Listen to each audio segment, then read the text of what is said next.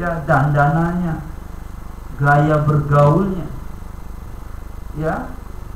Bahkan maaf saja, justru terkadang orang tua itu lebay lebul apa yang ngikut tuh kata-kata itu tuh, orang tuanya ngikut. Masya Allah. Itu secara tidak langsung adalah susupan ya, yang dimasukkan oleh orang-orang yang tidak cinta, tidak senang dengan berkembangnya umat Islam. Tuh, seperti itu. Memang walan tarda angkal Yahud walan Nasr. Benar, Yahudi dan Nasr sama sekali tidak akan beridho dengan berkembangnya umat Islam, karena gengsi. Sampai hari kiamat gengsi itu Yahudi, karena merasa hina-hina kalau masuk Islam, karena dia merasa Yahudi adalah umat yang paling terhormat, dimuliakan oleh Allah, dan mereka meyakini Nabi terakhir pasti dari golongan saya, nggak mungkin dari golongan yang lain. Tahu-taunya Nabi terlahir dari rahimnya seorang budak Siti Hajar dari keturunan Ismail, sementara Yahudi dari Yakub. Dan terus mereka benci kepada Islam karena gengsi, karena lagi-lagi fanatisme keturunan. Fanatik keturunan. Ya, seperti itu. Awas tuh, ya. Sekarang kita mulai tumbuh tuh. Kalau bukan golongan biru, walhasil kalau bukan golongan kiai, keturunan kiai, nggak boleh bicara agama, nggak boleh khutbah di masjid. Dia bukan golongan biru, dia golongan kuning. Gitu. Banyak nggak sekarang? Banyak. Jadi masjid dikuasai oleh keturunan kiai aja gitu. Ya, masya Allah. Ini banyak Pak sekarang melanda umat Islam, mobil khusus di Indonesia. Gengsi pula tuh dulu kaum Quraisy jahiliyah beriman kepada baginda Rasul. Bagaimana mungkin saya beriman kepada anak pengembala, yatim, miskin lagi, ummiyun lagi, nggak bisa baca tulis. Bagaimana mungkin aku percaya kepada mereka? Abu Lahab kan gitu tuh. Gengsi dong. Saya orang terhormat, saya bisa menulis syair. Tapi orang jahiliyah. Sekarang kita baca kemudian umat Islam karena seperti itu. Tidak sedikit orang berbicara tentang kebenaran, lagi-lagi dihadang, lagi-lagi mereka dipatahkan oleh satu fanatisme, oleh satu pemahaman. Ngapain bicara kebenaran?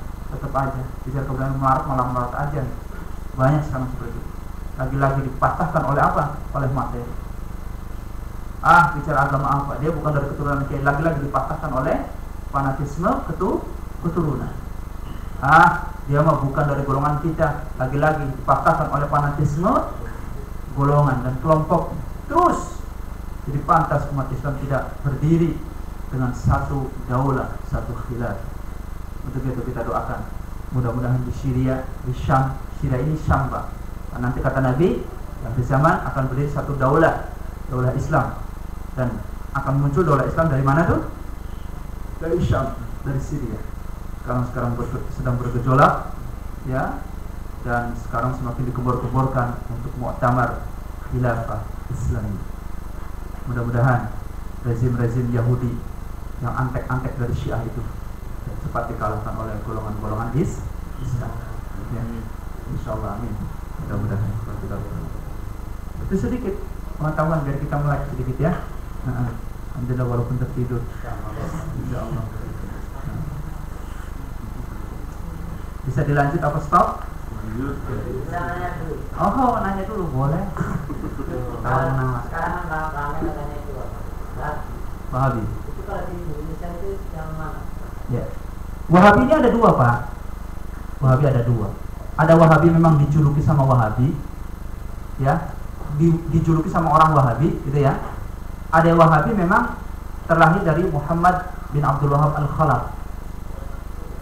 Wahabi yang dilarang pada hakikatnya adalah Muhammad bin Abdul Wahab. Jadi namanya Muhammad bin Abdul Wahab, namanya Muhammad, dia anak Abdul Wahab.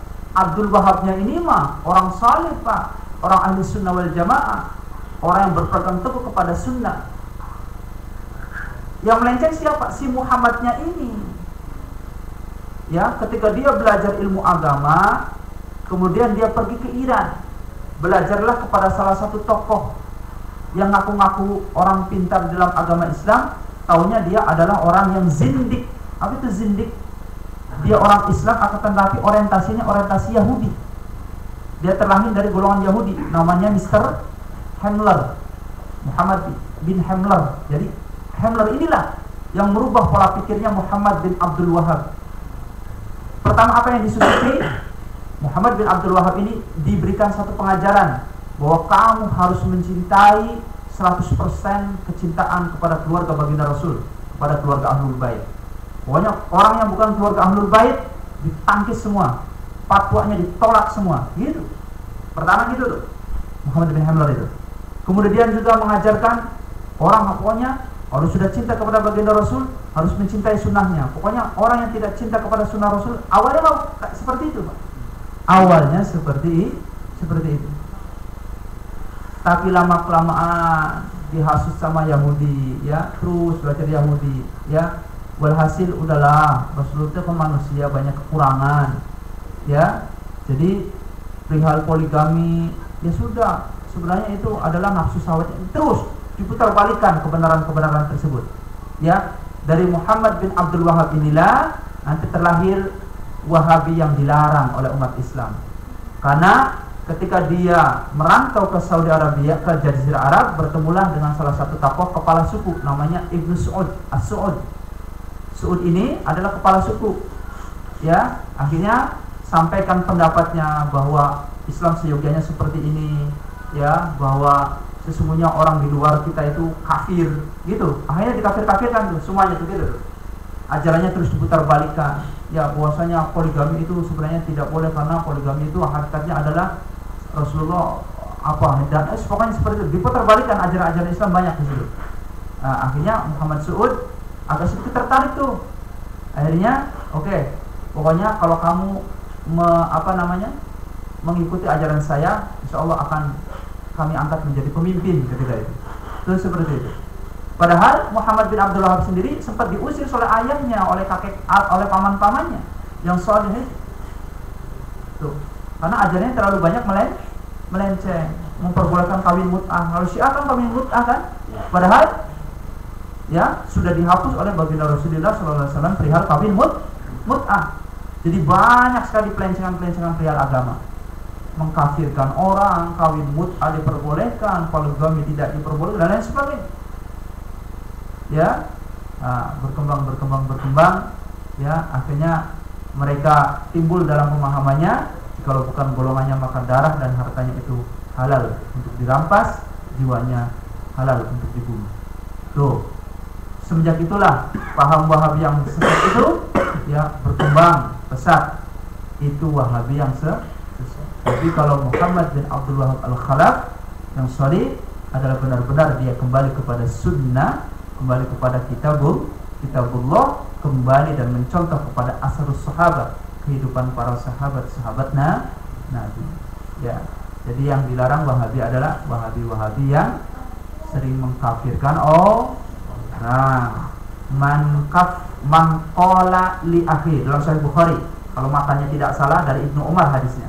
Man qala li akhihi ya kafir faqad ba'a biha ahadihima.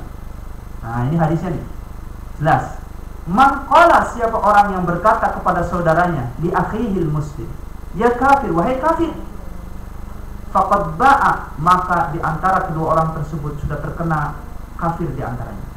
Bisa yang mengatakan itu posisinya dia memang dia kafir, bisa juga orang yang dikatakan itu kafir. Tergantung mana yang berhak dan cocok dikatakan kafir. Jadi tidak boleh kita mengatakan sesama saudara kita kafir.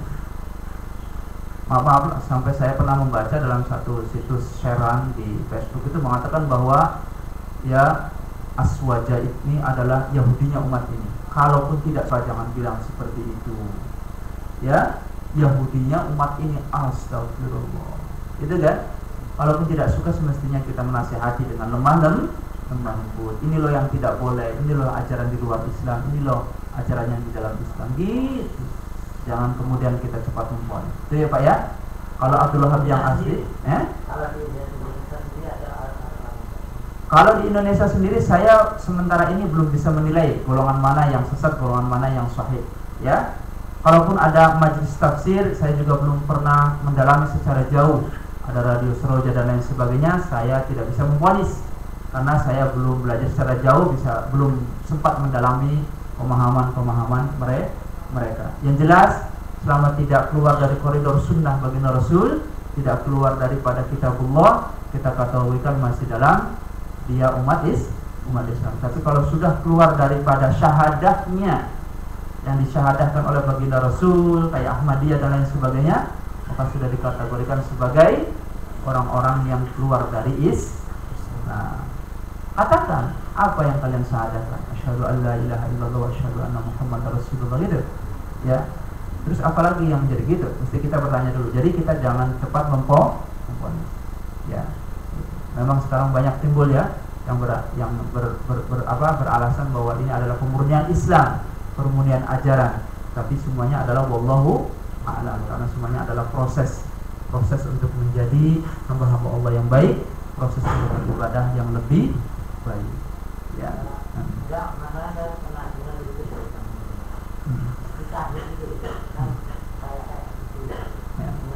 Kalau Hizbut Tahrir sejauh saya tahu, insya Allah tidak begitu banyak mengkafirkan orang, tidak ya.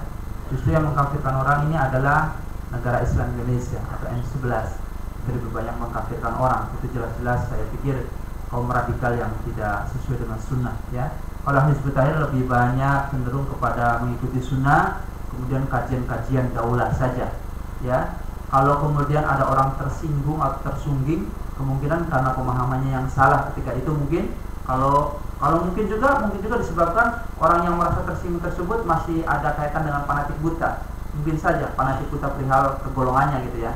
Jadi kaji lebih baik dulu. Jadi kita tidak bisa memvonis mana itu salah atau mana itu keluar dari Islam. Kita tidak bisa memvonis itu. Mudah-mudahan lurus insyaallah ya Kang ya. Nah, biarkan mereka ibadah masing-masing, kita tetap ibadah sesuai dengan sidqah, sesuai dengan keyakinan kita masing-masing. Yang jelas, jikalau